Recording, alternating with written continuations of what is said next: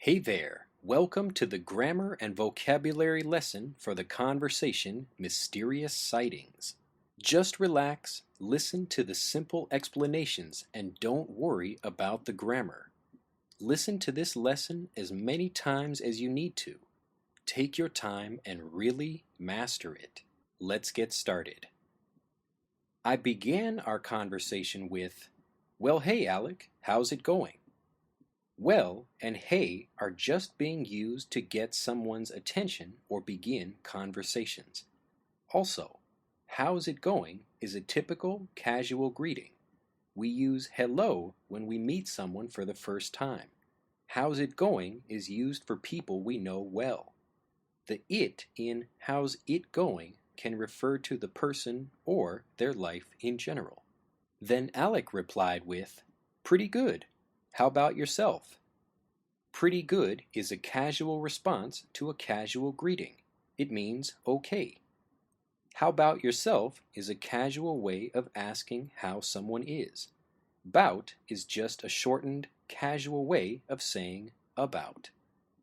Then I said, "I'm doing all right. I wanted to tell you today about a really interesting article I was reading online about another Bigfoot sighting." "I'm doing all right" means I'm okay. Also, is just an English filler word with no meaning, used when we are thinking or don't know what to say.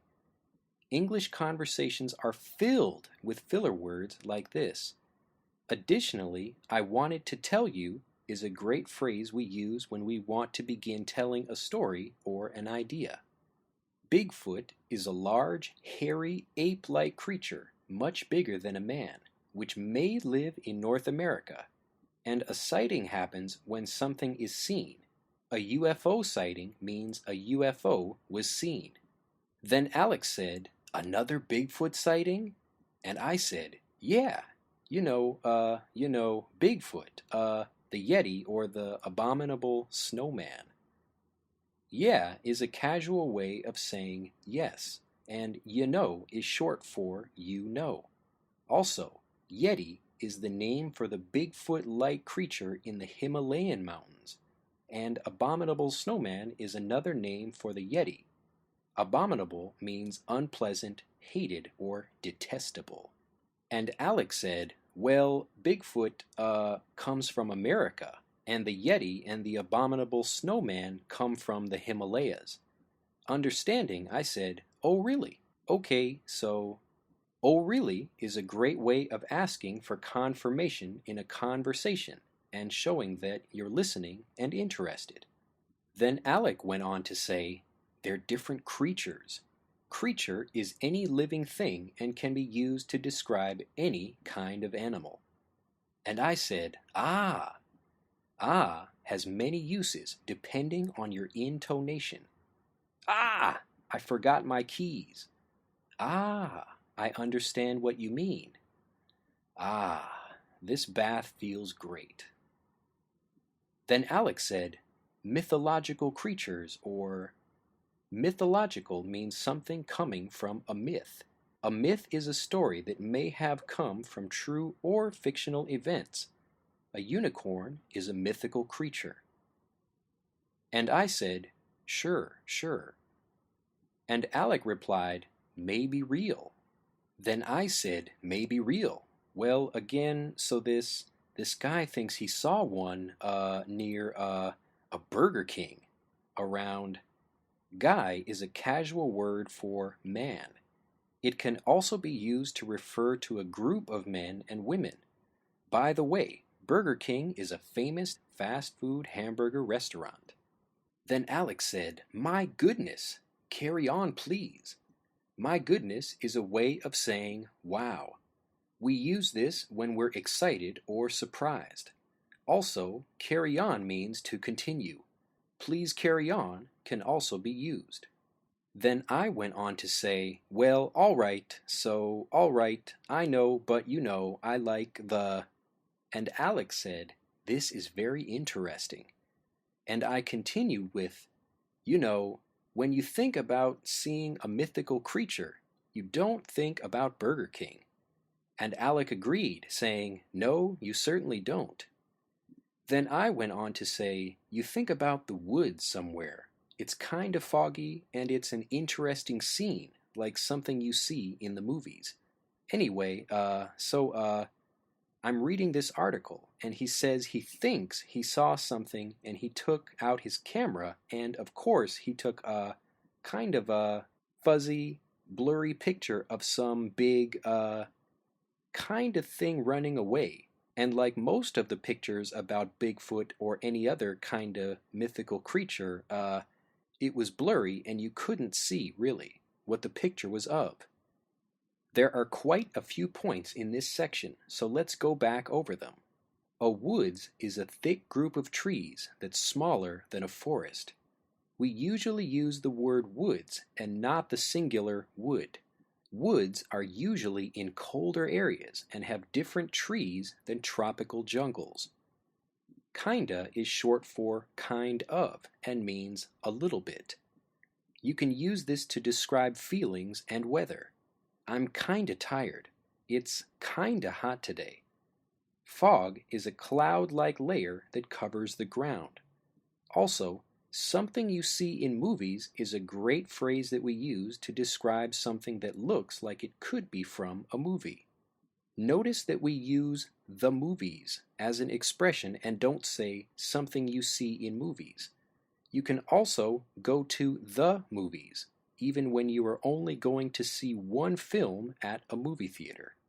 The word anyway is used to help bring people back to the point or original idea of a conversation. Additionally, take out is a phrasal verb we use when removing something. Take out your pencil. Notice how this phrasal verb is different from take out, which we use when we remove food from a restaurant. And finally, both fuzzy and blurry are the opposite of clear and sharp. Then Alex said, "So it seems to me that it's, fake." It seems to me is a great way to express an opinion. Seem means look like or feel like. Also, fake means not real. Then I went on to say, "Well, I guess it could be fake. I mean, obviously, we don't know for sure if there is a real Bigfoot or an abominable snowman or something like that. But the thing I found interesting was that, we still get articles and news reports about Bigfoot being seen. And these aren't even just online articles. You can see this on regular, mainstream TV news, network TV news. They'll sometimes have maybe a story about aliens or something like that." Here's another long section of conversation with some great words and phrases. "I guess" is another way of expressing your opinion, and "I mean" is a filler phrase used when we want to say something in a different way. "Honey, that dress makes you look kinda big. I mean, you look beautiful." "We don't know for sure" is another way of saying that we don't know. Also, something like that just means something. To find something interesting means you discovered something that you thought was interesting. Mainstream is common or usual. Mainstream ideas are ones believed by most people. The opposite of this word is fringe. Then Alec went on with, "Yes, people are really interested in, mysterious sightings. For example, I'm very interested in the Loch Ness Monster, Nessie. How about you?" Mysterious means unclear or curious, like a mystery, and loch is the Scottish word for lake.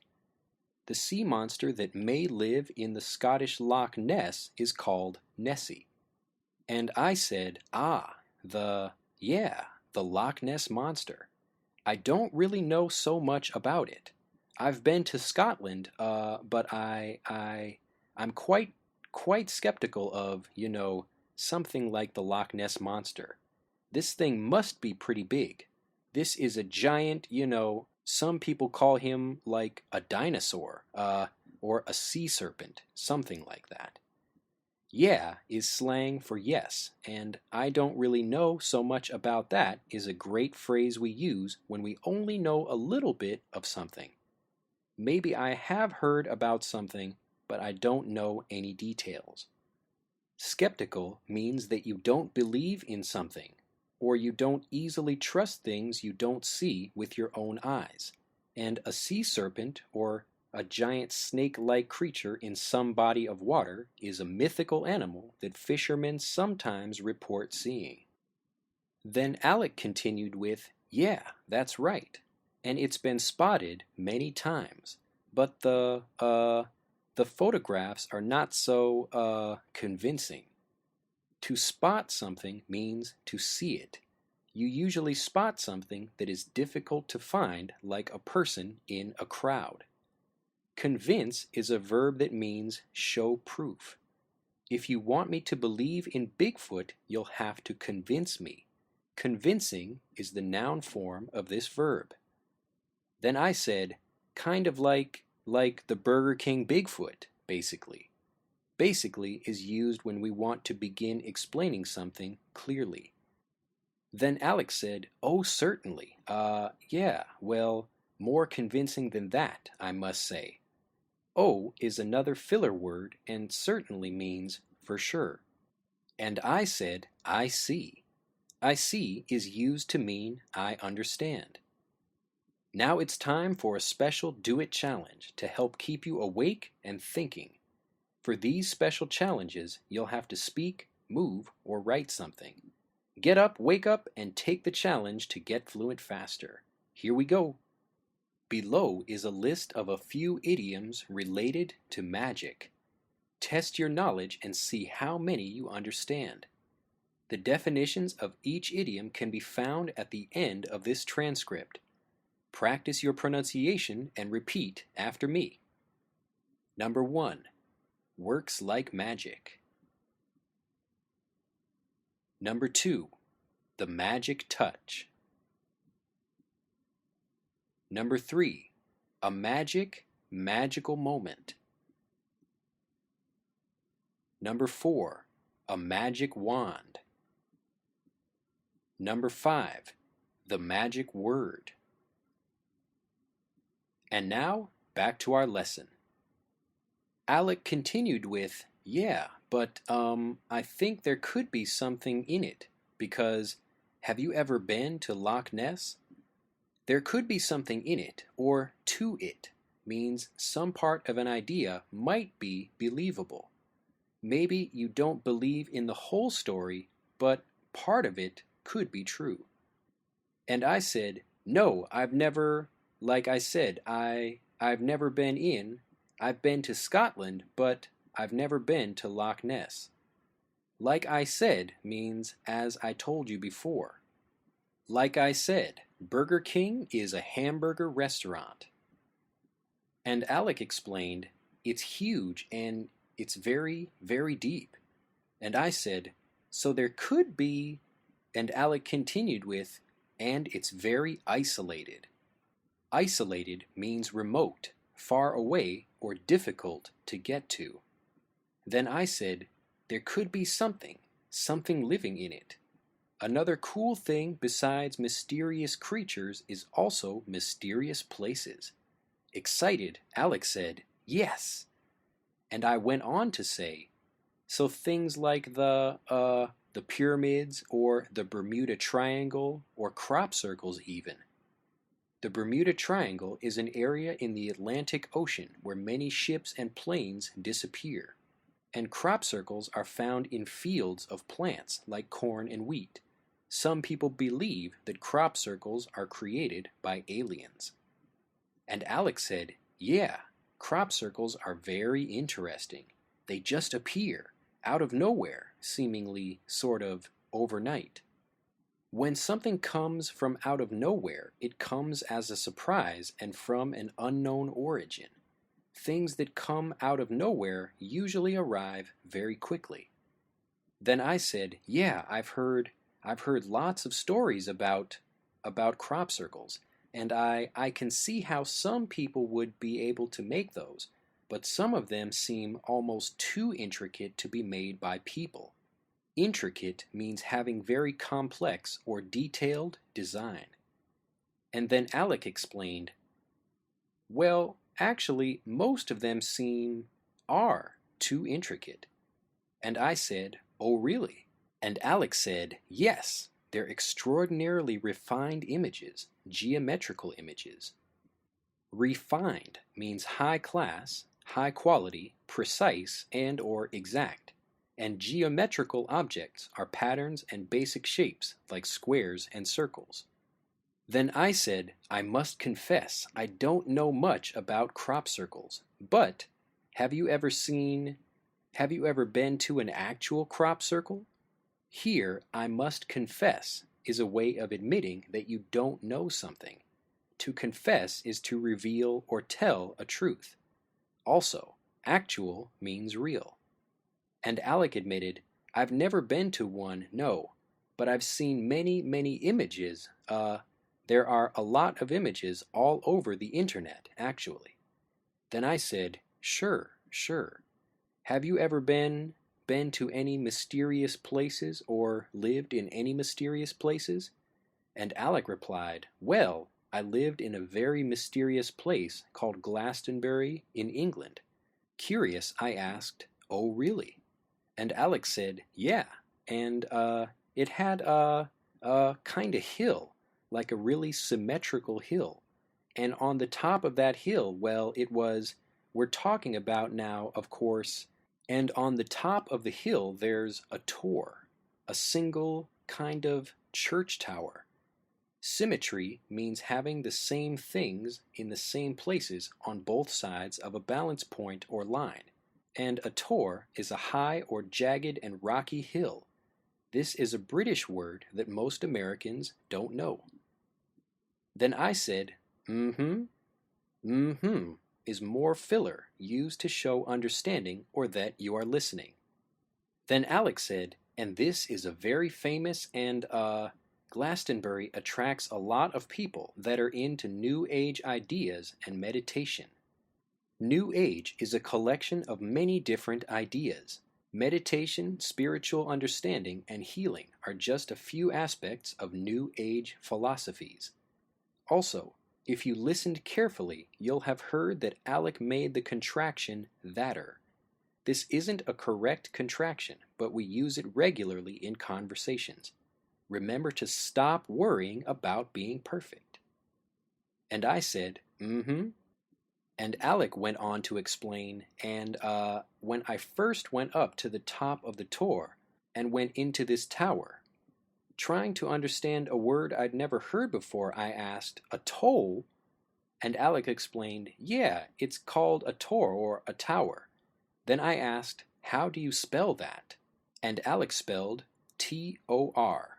And I said, T-O-R, huh. Then Alec continued with, so the first time I went in, it was dirty and it smelled, and I didn't like it at all. So I went down the hill with a bad idea about it. But all the time I lived there, I went there many times. And I said, mm-hmm. And Alex said, and every time I went there, it got more and more magical. And I asked, in what way? In what way is a great way of asking how something is or works. Then Alec explained, well, it had an amazing presence. A presence is a feeling. A person or a place can have a presence. And I said, Then Alec explained that it had an amazing energy. And I find that with a lot of Glastonbury, there are a lot of winding roads. Winding means curving back and forth. And I said, mm-hmm. And Alex said, and I used to go for many walks, and the energy was lovely, you know. And I asked, oh, really? And Alec explained that it was beautiful energy. Yeah, it was a nice season anyway, summer, so the sun was shining through the leaves. And I said, well, it sounds like a really cool place to live. Sounds like is used to describe something you are hearing, or when we want to compare something. looks like, tastes like, feels like, and smells like use the same idea? And Alex said, yes. Then I said, well, there do seem to be a lot of amazing creatures and places to visit, and hopefully in our lifetime we'll be sure to get out and see for ourselves what's really happening. In our lifetime means before we die. And Alex said, yeah, definitely. Yes, I'd like to go to Egypt, next. I've never been to Egypt. How about you? And I said, no, I've never been to Egypt, but I think that would be really cool. I'd love to see the pyramids. That's it for this month's vocabulary and grammar review lesson for the conversation Mysterious Sightings. Listen to this lesson many times to understand all of the words, phrases, and grammar. Go back and read along with the transcript to make sure everything is clear.